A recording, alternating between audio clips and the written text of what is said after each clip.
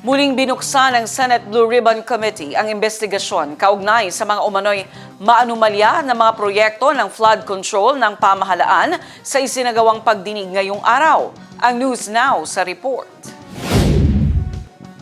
Sa Senate Blue Ribbon Committee ngayong araw, nagbigay ng update ang iba't ibang ahensya ng gobyerno hinggil sa mga naging hakbang at pinakahuling kaganapan kasunod ng naunang pagbusisi ng komite sa mga umano'y irregularidad sa pagpapatupad ng mga infrastruktura, kabilang mga kasong isinampa laban sa mga personalidad na nadawi sa sinabing flood control scam.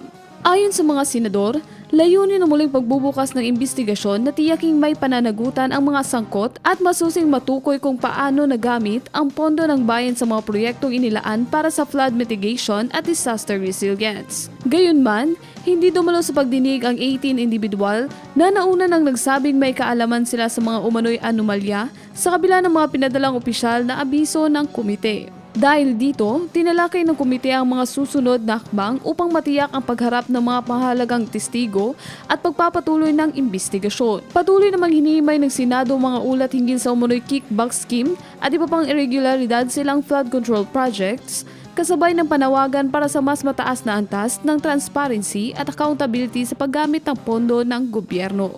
Criza Chavez, iMinds, Philippines.